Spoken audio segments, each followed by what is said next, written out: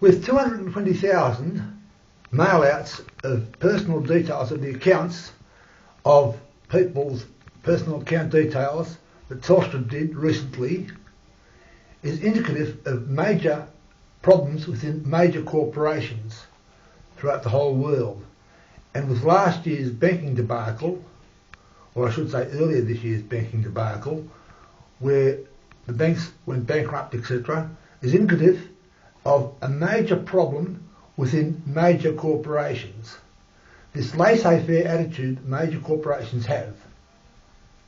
They've forgotten their customers and they've forgotten their workers. But without their customers, there'd be no workers. Without their workers, there'd be no product. Instead, you've got these middle-level executives and higher executives who consider that the stock exchange is the be-all and end-all. Well, this is not correct. In business today, there has been a change from the business of yesterday, where you look after the workers and you look after the customer and the business will look after itself. Now it's all this fancy things which are going on at the present moment, which have proven to be a total fallacious. This idea that you can have big corporations, forget the workers and forget your customer, and that the corporation will be able to live on whatever magical earnings are coming, is false. Your earnings come from your customer base. So major corporations must become customer focused, and they must look after their workers who will look after their customers. Forget the stock exchange. Forget all these fancy account systems and account keeping systems. That's not the way to make your wealth for the country or for any business. You look after the customer and you look after your workers.